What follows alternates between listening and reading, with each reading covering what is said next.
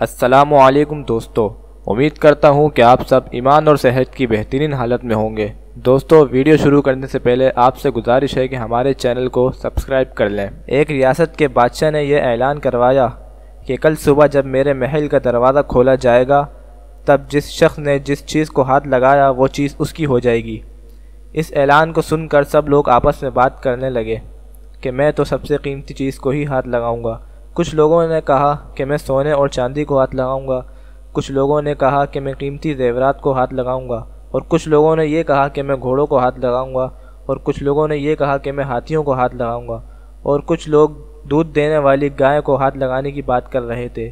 جب صبح محل کا دروازہ کھولا گیا اور لوگ اپنی اپنی من پسند چیزوں کے لیے دوڑے، سب کو اس بات کی جلدی تھی کہ وہ سب سے پہلے اپنی من پسند چیز کو ہاتھ لگائے تاکہ وہ چیز ہمیشہ کے لیے اس کی ہو جائے۔ بادشاہ اپنی جگہ پر بیٹھا یہ سب دیکھ کر مسکرا رہا تھا۔ اسی وقت اس بھیڑ میں سے ایک شخص نکلا اور بادشاہ کی طرف بڑھنے لگا اور آہستہ آہستہ چلتا ہوا بادشاہ کے پاس پہنچ گیا۔ بادشاہ کے پاس پہنچ کر اس شخص نے بادشاہ کو چھو لیا۔ بادشاہ کو ہاتھ لگاتے ہی بادشاہ اس کا ہو گیا اور بادشاہ کی ہر چیز اس کی ہو گئی۔